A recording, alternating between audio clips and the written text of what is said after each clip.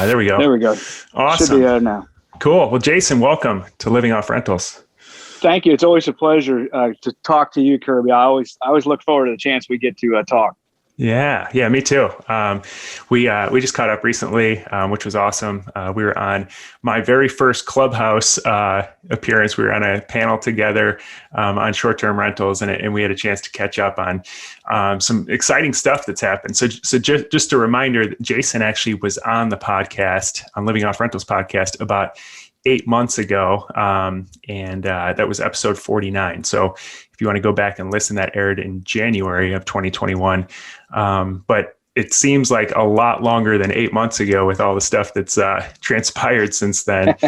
And when we were talking just recently, we were talking about, the church reno that you just completed, transforming a church into a really high cash flowing short-term rental. And then, the hotel that you're working on and some of the other stuff. And then we had a conversation about financial freedom and, setting goals. And so, as we were talking through it, I thought that's just a perfect conversation to have for this platform and for this community, because I think a lot of other people are going to be very interested in the numbers and seeing what you've done there, and in some of the other conversation that we had. So welcome again. And if you could just start off by giving us a short intro into your background, because I'm sure not everyone has listened to episode 49, and then we can dive into the updates. You bet, Kirby. Again, thanks for having me. It's always a pleasure to talk with you and sharing wealth with others, sharing knowledge. There's no sense in us all learning the same thing constantly. This is the best way to get information out there, and that's what we like to do, is just sharing information. So again, thank you. Just as a recap for me, my background, I did from a little town in Arkansas. My father was retired military. I did 23 years in the Army. The last 10 were with Special Operations Unit 160th out of Fort Campbell. I flew Blackhawks with them. Recently retired, so got out, and it was October 2019 was the official retirement date. So less than 2 years is when I got out. Started out with a rehab on a big building. We kind of jumped in, not really having a clue what we needed to do, but we jumped in and it went really well. We were blessed to have an awesome contract that worked with us. So part of that was happening while we were still in the service. And then it just kind of blossomed. I like to say I'm an accidental real estate investor, because that wasn't the original intent. I ended up moving back home. My wife and I, we moved back home, moved into that renovation. It was a big apartment building when we bought it. It was probably should have been condemned, but we did a full gut on it, and we live upstairs and have 2 vacation rentals downstairs. We scaled really fast. We went from those 2 little apartments into 6 active vacation rentals down here in Cotter. And it's a little vacation area. People come in here to do trout fishing, world-class trout fishing on the White River. So it's a perfect spot, and we're able to jump back into our community, adding value and just showcasing what a beautiful place we have. So as you mentioned, the church. So I think is that a pretty good intro, Kirby? Yeah, it's Cotter, Arkansas, just for people who are wondering where Cotter is. But that's a great intro. And like I said, I mentioned the church, and I know, people are probably watching this on YouTube and wondering what's behind you there, and where you're standing. So I know you're standing at the church. If you want to just kind of give us an overview of that deal, and then maybe we can take a walk in and do a little bit of a tour of deep dive. The deal. Yeah, as well. Yeah, definitely sounds good. So this church was one that kind of popped up again accidentally. The owner came to me and said, "Hey, would you want to buy my church?" And I said, "Man, I really didn't even know it was for sale." And they had only told one other person. That person was thinking about it. I ran the numbers while they were thinking about it, and asked them if we could swing by that night so that we could take a look at it, the actual inside. I'm familiar with the church because I'd worked in here when I was in high school. And I had seen upstairs a little bit when we moved back home. She gave us a tour real fast. We sat in her living room one day, but we just wanted to see the rest of it. And the numbers looked good to me. We agreed. I agreed with her on her asking price. It made sense. And so we bought it. And we'll talk about the numbers here in a second. I think what I'll do is I'll give you a quick tour. I don't know how the sun's going to hit us, and I can't get too far away from the Wi-Fi. I'm going to the camera around because nobody cares to see me anymore. And for people who are listening to this on a podcast later, I'll try to describe it, and you can also go over to YouTube and watch the full video of the interview on YouTube at the Living Off Rentals channel as well. So this church, and you'll get to see the windows better once we get inside, but this church, it's 107 years old, from 1914. It's a Presbyterian church in Cotter. And the lady that had it before us, she lived inside. It was partially renovated. It worked. That's pretty much best I can say. It worked for her. She did the best that she could do with what they had, and it was done well, but it needed to be redone. We did quite a bit in here. I mean, things like this opening used to just be a single door. We moved this door to right here and actually turned this into a bathroom that didn't used to be here. The woodwork, I mean, it is just stunning in this place. It's incredible. Yeah. Original floors. So all these floors are original. I refinished these floors. The bell is still here. I actually lowered the bell. The bell used to be about 10 feet higher. You can kind of see there's a couple of windows there. Do guests get to ring the bell when they come? They do. They do. Now I have the rope right down here. There is a little sign because we try to be good to our neighbors. So there's a little sign that says, please don't ring the bell before 8 a.m. and after 8 p.m. So we're trying to maintain, real good relationships with all the neighbors. Yeah. This is an old Steinway. So it's a Steinway from the 1800s. It was in the church. It actually was not original to the church, but it was with the church. But some of the stained glass windows, the story on these windows are from Germany. They were shipped in from Germany. And if you think about 107 years ago, what was happening in Germany at that time, it's just amazing that these are still intact. My wife is the decorator, so everything that you see, don't give me credit at all, because all I do is hang stuff where she tells me and whatever. But that's what she calls the feature wall. So as you come into the foyer of the church, this feature wall gives you a glimpse into what you see elsewhere. These are the stories. We'll go downstairs first, and then we'll finish off in up in the sanctuary. So down here, this is a 5-bedroom. 2.5 bath. The half bath is upstairs, but this area here is like a little living room, kind of where you can kind of hang out. There's a TV. Yeah. We kept the open beams up here. So all of these are original beams to the church. So it kind of gives you that, just a really, historic feel to it. I'll show you a little bit on the bedrooms. It's funny. It's so grand when you walk in upstairs, and down here, it feels cozy. It feels like a real house. So you can kind of get the best of both worlds.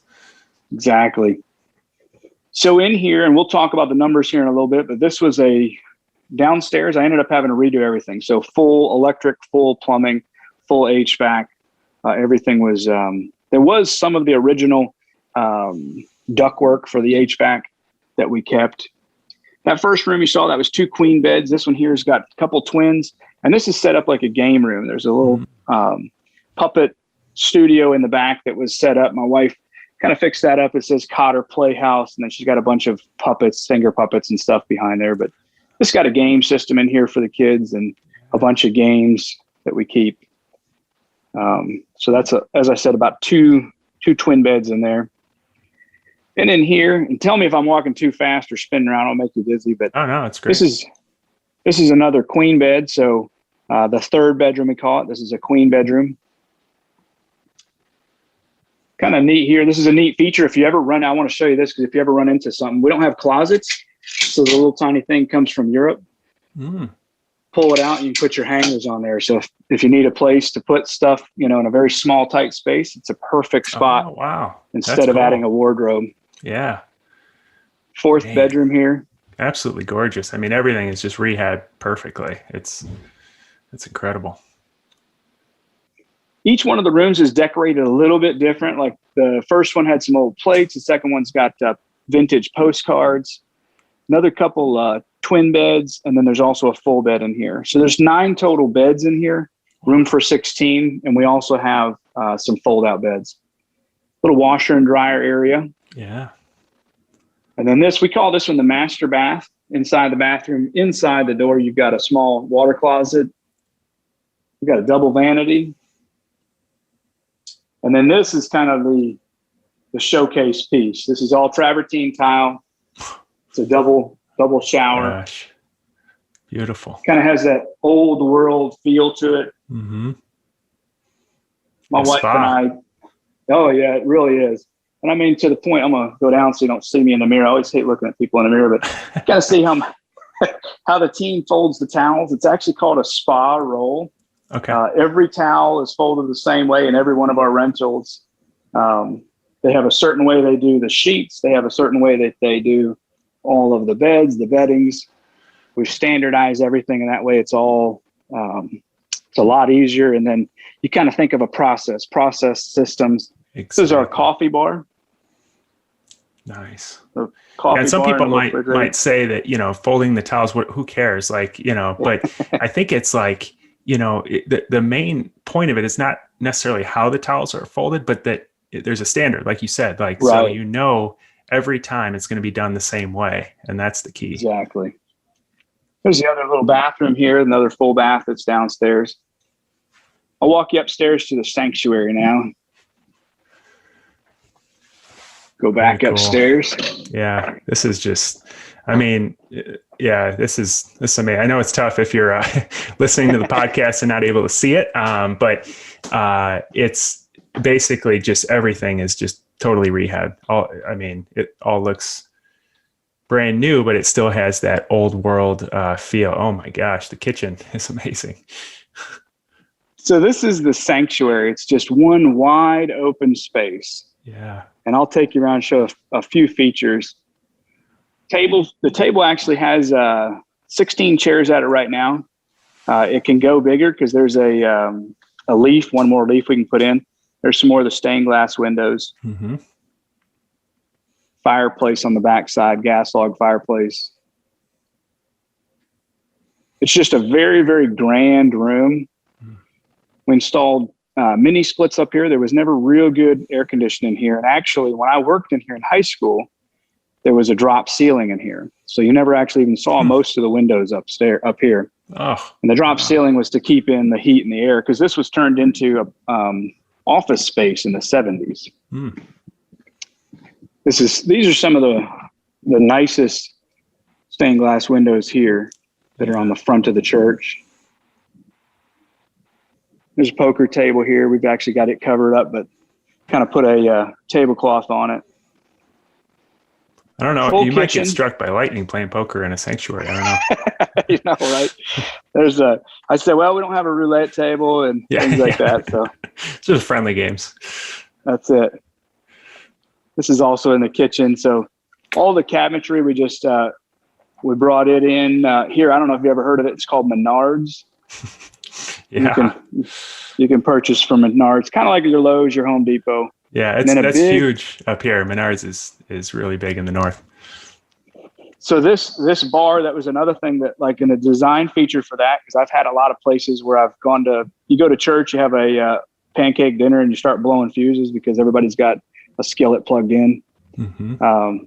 This has actually got 4 circuit breakers on it. So I put every plug has got its own circuit breaker. Wow. For that bar, and that way nobody has to worry about blowing circuits. So, man. Well, that's pretty much the tour. I'll flip this around and we can chat any questions that we have, and you and I can talk numbers and everything else. Yeah, no, thank you for that. I mean, it's you hear church, you know, turned into a short-term rental, and it's hard to even picture what that means. You know, I think of church and I'm like, well, a bunch of beds in a sanctuary maybe, but you guys, the way you utilize the entire space and set it up, I mean, the design, you can tell it was so intentional for, you know, mm-hmm. a larger group to come stay there, and all the details that you've thought of. It's just incredible. I guess I'd love to start with how you thought initially that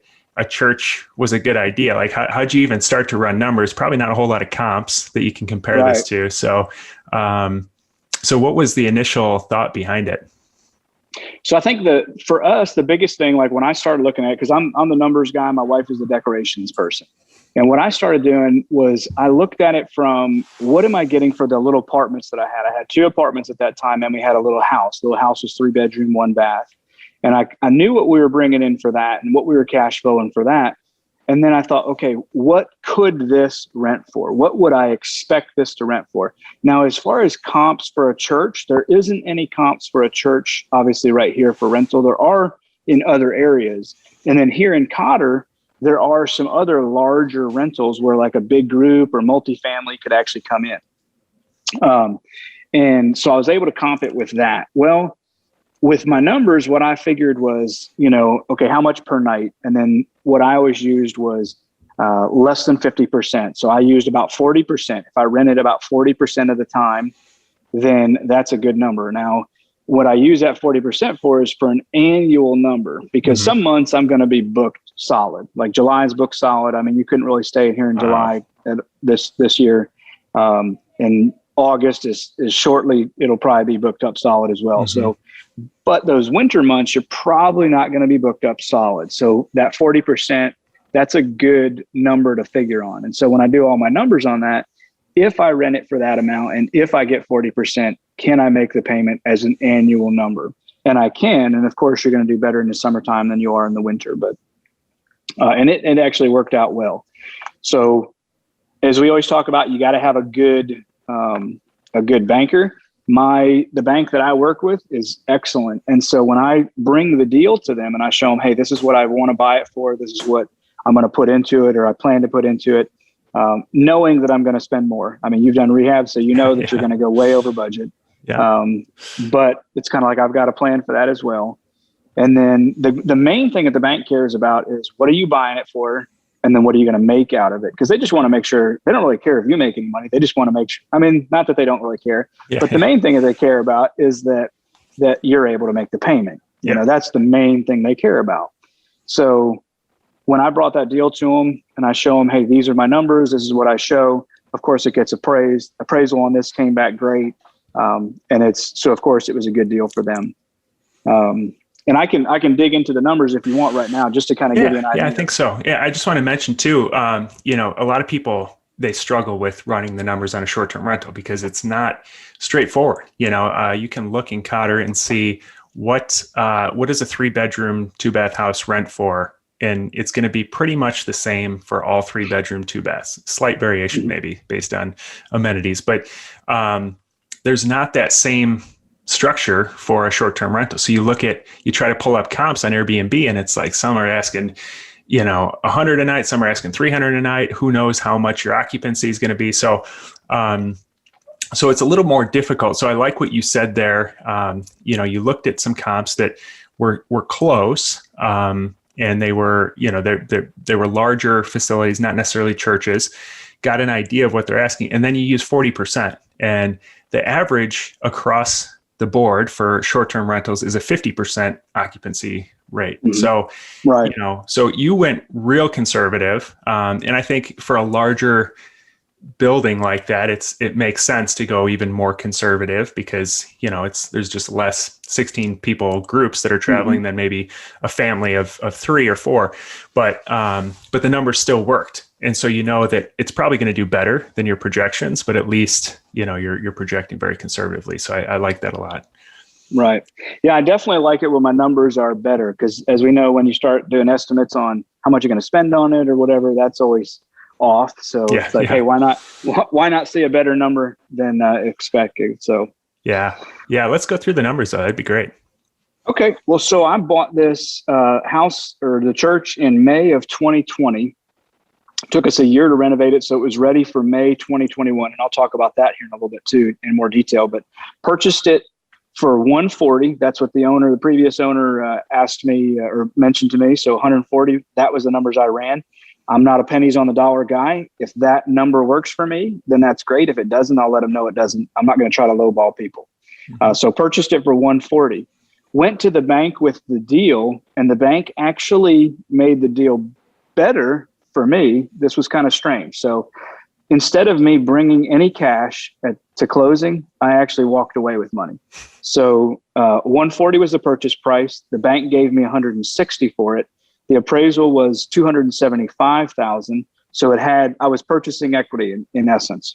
And then it's like, okay, well, how is it doing? So May 20 is when I bought it. May 2021 was when we had it done. I had a plan.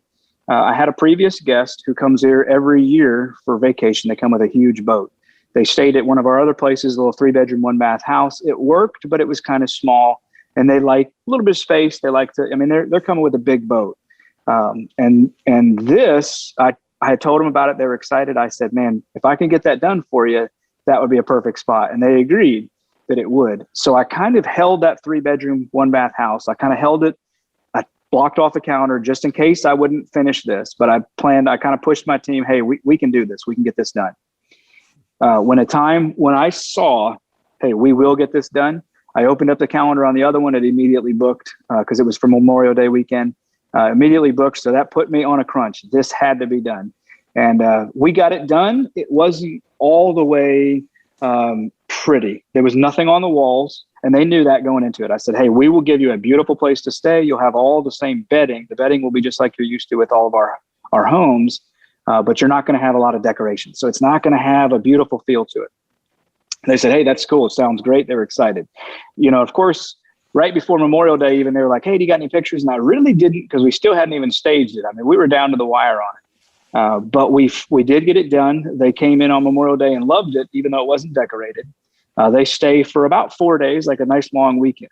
So here's your numbers for May. Expenses in May was, and this is just going to be, my PMI type stuff, payment, mortgage, taxes, insurance, all my utilities. So all in expenses for this in the month of May was $1,429.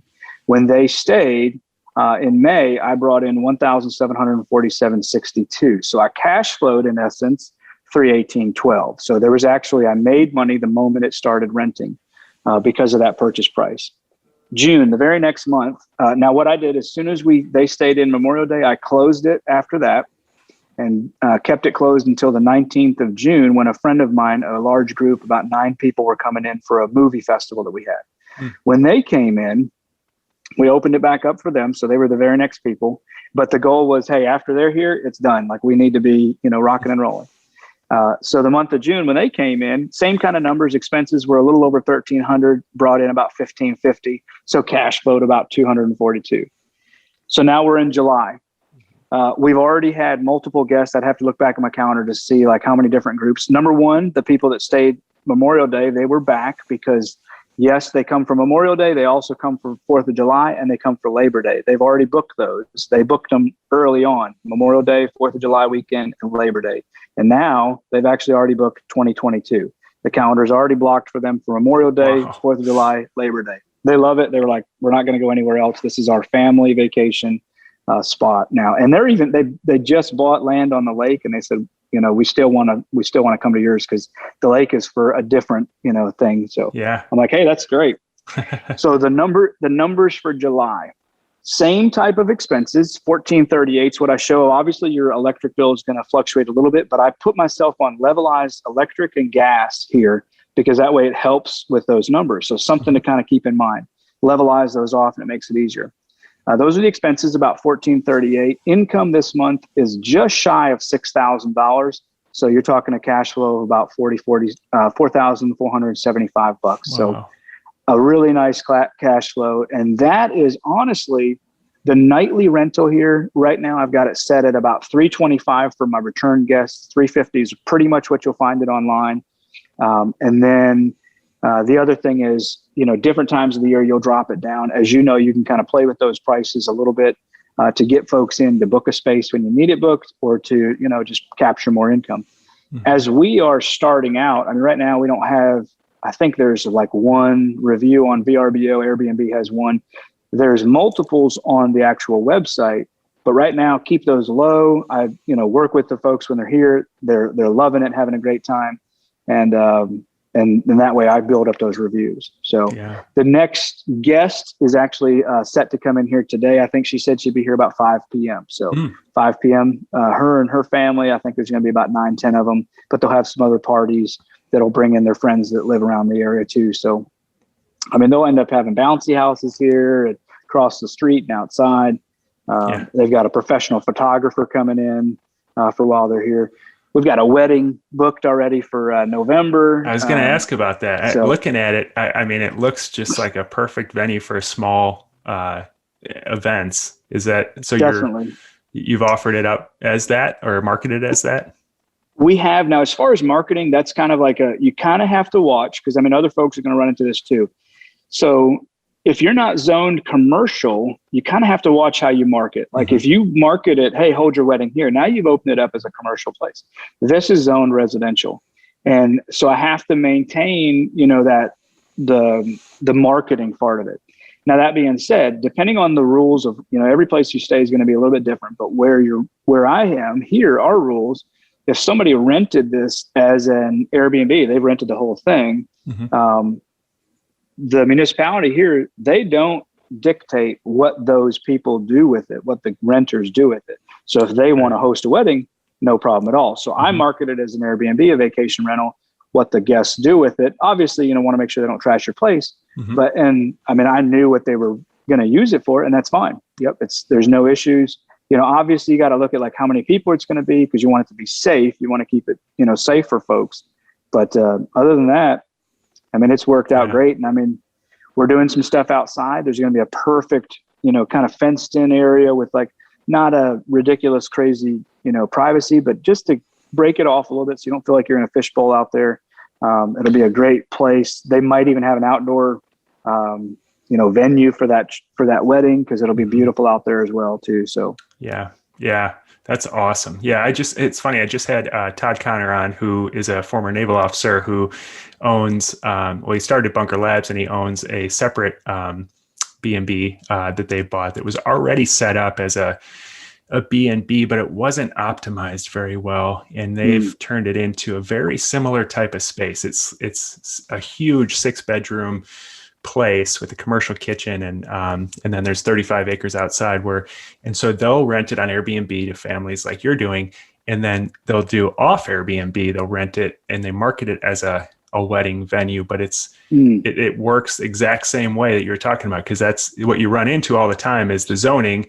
So they rent the house and it's turnkey. You hand them the keys and they have it for 3 days for their wedding, and they can hold their wedding there because they're renting the house. But I think it's like $9,000 for the weekend. And so the numbers are crazy high, and it's still a fantastic deal for a bride and groom who, are getting a facility, a place to sleep, a place for their family to sleep, like all the things included. So I think just hearing your numbers, those type of numbers for July, and then you can supplement it with weekends like that for events. That's awesome. Right. It's incredible. And as we start to adjust the price and the strategy, there's just, the sky's the limit. You really can, you can change it just a little minor changes, number one, add value, to where you're going to show up on the top of the list, and then others where, hey, this is the perfect spot for whatever it is they're going to use. Family vacations, weddings, reunions. I mean, we've got a lot of, you got a lot of opportunities. So absolutely. What did you have into the rehab? Great question. Yeah, I didn't go over those. So I did talk with my bookkeeper today, or the other day. We did talk because she's finishing up all my books so we could put together our taxes for last year, and then give us a P&L, a good looking P&L for going forward. And so what she shows, this is 2020 numbers. What she shows us all in was $202,747. Now that's up to December. And I can tell you that from January till the time we opened in May, some additional was spent. So that number is going to go increased, but I know that I'm well below my 275 that was the appraised value. And that appraised value, if I were to go and appraise it again with the changes that we put in place and then the trim level that was finished, this will actually appraise for a lot more than 275. Oh, I'm sure. So that 200, was that in rehab expense, or that was your all in with the purchase? All in. Yep, that was all in. So all in purchase and rehab, but that was only up to December 2020. So that number will go north of that. But I mean, Now we, like we've talked about, we do quite a bit ourselves. So we are able to save a lot. I don't do the big things. I don't do drywall. I don't do the tile work downstairs. So we pay the professionals. I've got some good folks that do that. But the other stuff, the finishing of the floors, I did that ourselves. I mean, I did that in a couple of days and it turned out great. And I mean, you're talking a lot of square footage up here for wood that you would have paid a lot of money for. Yeah. So obviously, as we talked about before, pros and cons with doing the work yourself. It's going to take you longer unless you're really, really good at it. This is not my full jobs. This is my side hustle. So, you're talking when I'm not working, but I'm blessed with an awesome W-2 job. So it gives me great time to work. So, yeah. So in between saving lives, you're sanding floors. So That's right. Yeah. I don't think I mentioned I'm still flying for Aerovac. So flying week on, week off, a helicopter, EMS. That's awesome. So, yeah. I think this is such a perfect example of, I guess the question that I get all the time, probably the most common question, is where should I buy a short-term rental? How do I analyze a short-term rental? Those are the two big things that come up. And I think if people are just, taking the approach of a, commercial banker and looking at spreadsheets, and they're just looking at the highest return, they could look at, maybe there's a beach property that they could get with similar numbers. It's not, I know if you're a long-term renter and you're hearing $4,000+ of cash flow in a property, you're thinking that is absolutely insane. That's not possible. On short-term rentals, that's possible. And, it's possible to do it without spending a year rehabbing it. But the thing that I always tell people is the number one factor when picking a place, a location, and picking a type of property is the investor. It's got to align with your particular goals, your investing style, what you want out of it. And then you optimize it based on you. So for you, this is one of many deals in Cotter. You're building this niche business where you mentioned how many different people are saying, I want to come back next year. So it's not just about the spreadsheet. It's about, what am I going to get at the end of all this work that I'm putting into it? Now you've got this absolutely stunning property that is still a fantastic deal, and it's feeding on the other properties in that area. You're becoming known as the guy for vacation rentals in Cotter. If you want to visit Cotter, you got to stay at one of his places. So there's all these intangibles that play into it. And that's why, and most people wouldn't say, like, there's no Airbnb expert that's going to say you should go to Cotter to do your Airbnbs, or none will say come to Michigan City where I do Airbnbs, but it can work anywhere. And that's what I try to, or almost anywhere, I should say. But that's what I try to express to people. It's got to just align with your goals, and then you set it up based on you. And your model can't be replicated by an Evolve or by any of these other big guys. So I love that. What are some of the other things I guess you're doing in that area? I know you run like a movie in the park, and you're on, I think you're on a board in town there. And I mean, you're kind of like, you're very involved. I am very involved. So I've got, as I mentioned, W-2 job is flying for Aerovac week on, week off. Obviously the rentals here with the city, specifically with the city itself. I'm the planning and zoning commissioner, which is obviously very, helpful. And I learn a lot about, the planning and zoning and everything here. Outside of the city, it's kind of affiliated, but it's also outside is the Chamber of Commerce. So I volunteer as the Chamber of Commerce president here. And last year, in the midst of COVID, that's when I got Movies in the Park started. Kind of reached out to the mayor. I said, hey, we need to do something. There's folks that would love to do something. And would you care if I write the plan and we'll just have movies in the park? Had to work with the Department of Health, the state, and make sure that we, met all their criteria. And it was a huge success. Also with the Chamber of Commerce, I promote the area through, we have what's called Trout Fest in the end of May, or excuse me, the beginning of May, first weekend in May. This year when we had it, and this is kind of my operational background from working with task force, learning how to, plan things, organize, keep things organized, spreadsheets, put all that into play when I came here. I mean, for that Trout Fest, we planned over 120 days out. I had 120, 90, 60, 30, days right before the event. We ended up having over 4,000 people here. We had, they estimated about 4,500 people for the Trout Fest. It was the largest Trout Fest ever. And folks are, talking about, they were already talking about next year. The vendors did incredibly well. We had boats out there. We had 80 some cars for a car show. So just an incredible time.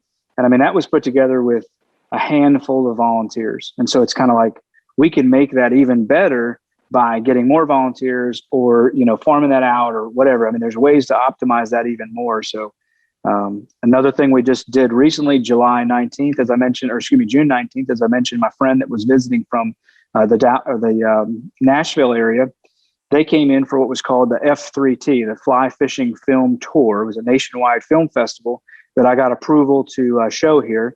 Myself and a local fly shop, Steve Dalley's Fly Shop up here, we donated the cost of getting it started. So we paid for the copyrights and the initial advertisements. And so that was all donated. And then the tickets that were sold, all the funds that were raised are going to be given back to the city. So on the 22nd of this month, I'm going to present a check for $4,000 because just shy of $4,000 was raised, and we're going to bump it up just to be $4,000 even. But we're going to give $4,000 to the city, which is going to go for river access down here. So public access points, nice walking trail and things. That's what that money is going to go for. So, and that, like you said, find something that you're passionate about. I mean, that's me. My mantra is passion plus action equals results. I'm full of passionate about my hometown, and I've got the ability to put action into play, and we see the results when we're finished. So it's incredible. Man, so many great examples there of things that people can do or variations, that would work in your own market. Obviously, not every market's going to have fly fishing, but you've got something. And if you look in your market and you start to do some grassroots work and get a little bit deeper beyond just saying, okay, what's the income, what's the expenses, and that's all that matters. And, I'm going to put money into it, check that box, get a manager and move on to the next one. I love how you can turn this into a niche. At the center of it all, you've got your business that can support you. And then you're doing all these other intangible things that play into that. And just, it's good for the community. It drives new business to your business. It's just being a good community member all the way around. So I love that. I'd be curious to hear, I know you mentioned you're working on a small hotel now. So I am. How does that compare? And then also I want to get into kind of what your goals are with the business longer term. You bet. So the hotel, as you mentioned, that was one of our most recent purchases. It was back in January. We had to wait till after the new year to purchase it. So we purchased that. It's got 8 rentable rooms upstairs. When we purchased it, it had 2 rentable rooms downstairs, and then there's opportunity for more as well. It's the oldest standing building in Cotter and the longest running business in here as well. It's always been a place for folks to stay and rent a room. They also served meals there years ago. It's residential now. It was run as an Airbnb when I bought it from the previous owner. He had a few of the rooms rented on Airbnb. I looked at it. I saw a lot more opportunity that wasn't being utilized. Obviously, it needed more work. It's a very maintenance has been very. It's just not been taken care of. So there's quite a bit more work from that deferred maintenance. So we're jumping in there. We already have fixed up one of the rooms, and that's where my daughter actually lives. And she helps us run the other side of our business as well. But she's living in there. And then as we work on the rest of it, I'm just about done with a laundry room and a storage room in there, which is going to allow us to move that part of our business from where we have it in right now into the laundry room. So that'll be kind of our commercial laundry room for our own properties in there. And then I'll move on to the rooms. Once we get the rooms done at that point, along with the common area, we've worked on the kitchen and the living room. But then at that point, I start running the rooms. Each one of those rooms will be its own specific listing on Airbnb or VRBO. I use multiple platforms just like you do. And so all of those rooms, each one of them will be its kind of separate entity. And when I run the numbers on that, Kirby, I mean, you you can imagine. It's incredible. The hotel was purchased for $130,000. So you can kind of get the idea. Yeah. Now it's going to take a lot of work, but it's not bad. I mean, my daughter is already, like I said, already living in it. So it's a lot of work, but it's a lot of cosmetic stuff.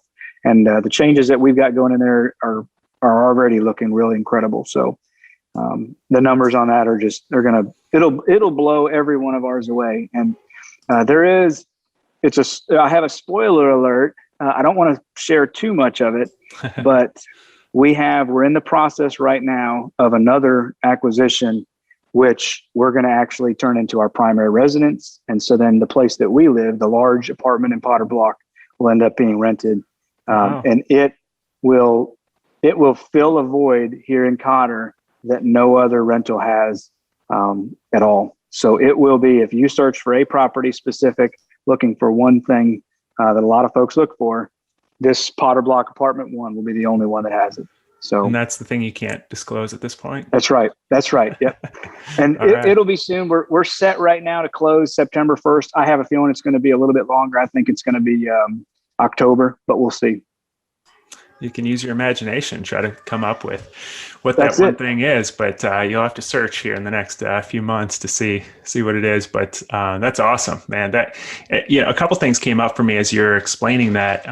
I've got I have a couple 2 units now, and they are some of my best performers, even though they're not the fanciest properties, just because they're so versatile. In the off season, I get those booked up the most because they're the most affordable. And it's small groups a lot of times in the off season that'll travel just for a long weekend.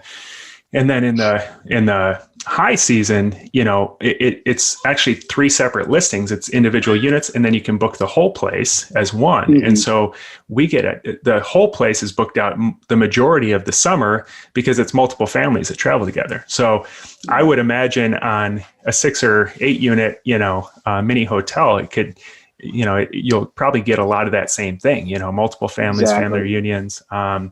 And then you can still have that versatility in the off season.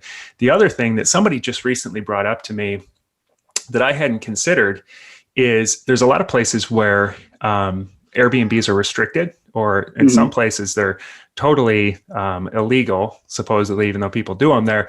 But if you buy an existing hotel, which I know you said yours is zoned residential, but if you buy one with a hotel zoning and you turn it from the cookie cutter small hotel it was into a nice Airbnb, it's still a hotel. And so there's no Airbnb restrictions on a hotel.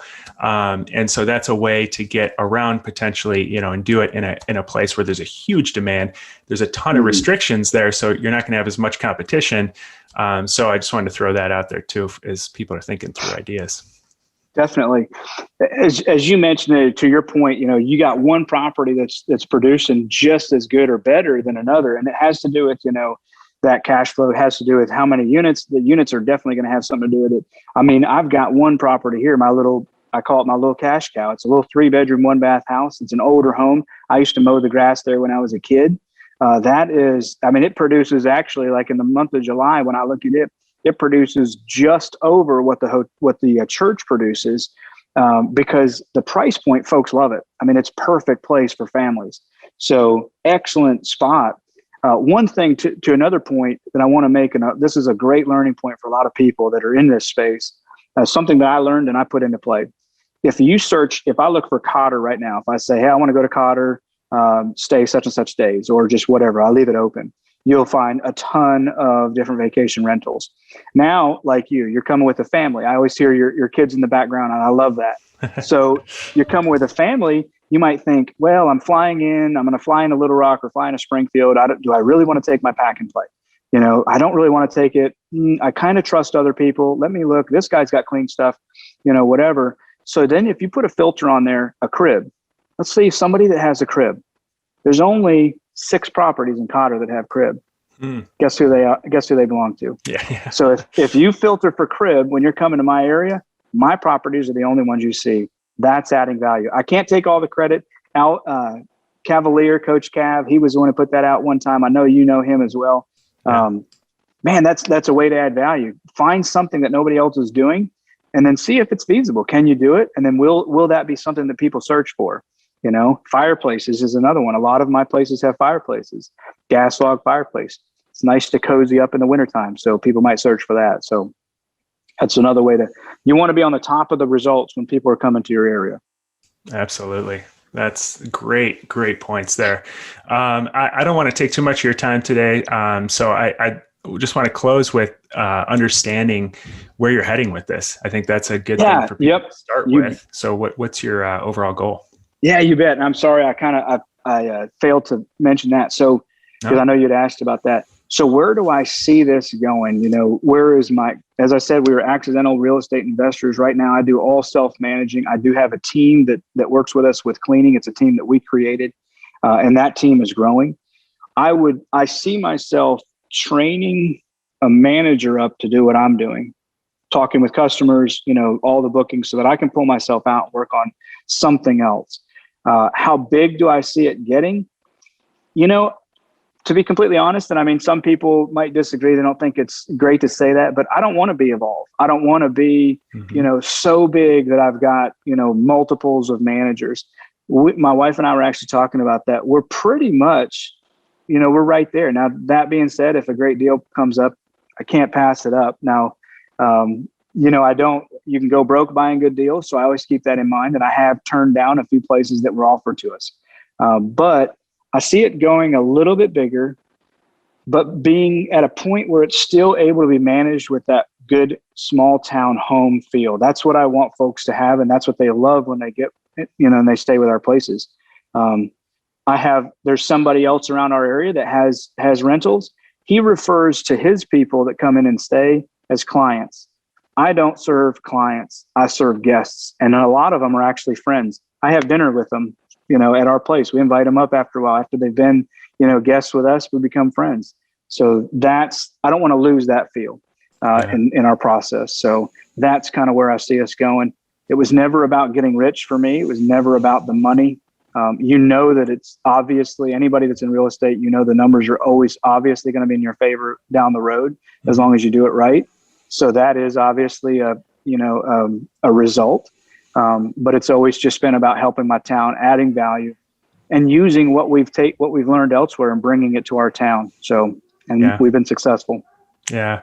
Yeah. And that's the cool thing about Airbnb and being a host is that it's not running a hotel where people just check in. Like, you actually do get to know a lot of the guests, and, you can kind of pick and choose too who you want to hang. It's not like you have to be there. You can do, keyless entry, or you can stop by with a bottle of wine and say, welcome to the area. I'm happy to show you around or take you to dinner or whatever. So, it's a lot of fun too. So, that's great. I wanted to make sure I mentioned too, for people who are tuning in, who are interested in learning vacation rentals or short-term rentals.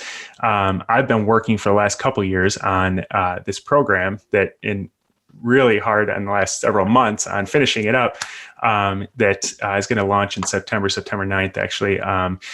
And it's designed to help people get their first short-term rental. So people who are totally dependent on their day job go from having no passive income to get to finding, buying, and setting up their first high quality, high cash flowing short-term rental. So, and that way, I mean, I've just seen, like I mentioned, the questions that people have had that are sticking points that stop them from getting a potential deal that has 4,000 plus cash flow in a month. It's just, those things you can overcome those things. So, and once you get your first one, you can use that as a template and just knock it out then going forward. So, if people who are listening are interested in that, just go to livingoffrentals.com/webinar, and that'll take you to a webinar that, where I explain the details of it. But Jason, I really appreciate you taking the time today to share your experience. I think it's so cool to see what you've built in just a couple of years. It's amazing. Thank you, Kirby. It's always a pleasure. I'm going to pan over here because my wife just walked in. Oh, I'm awesome. Embarrass her a little bit. Never get to see her. The designer, right there. That's the designer. Nice. You did a great job. It's incredible to see. I mean, that the decorations in there are so cool and align so well with the whole motif. So My wife's art designer as well. So that's very cool. Give them the credit where it's due. Cause man, they do the incredible, this turns out like this because of her. So that is it. That's great. So that's great. Yeah. After supporting you all through the military, now she's got to support you through, your business as well. That's right. That's right. That's awesome. Well, Kirby, it's always a pleasure. I appreciate it. And I don't know if you'll put it in the show notes, but Cotter Downtown Church, that's where people can find out about this one. And then our whole business, landing page is Potter Block, POTTER block.com. Yeah, I'll put that in the show notes for sure. So people can just click on it.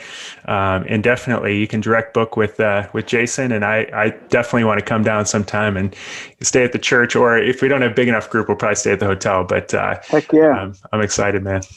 I am too. I'm excited to see your places, meet the family, and get to check yours out, because that's exciting too. So any help you need through Kirby on that plan that you're putting together, more than happy to help. Love sharing value and helping people out. Thanks, buddy. I really appreciate that. You bet. All right. We'll talk soon. All right. Thanks a lot. Have a good day, Kirby.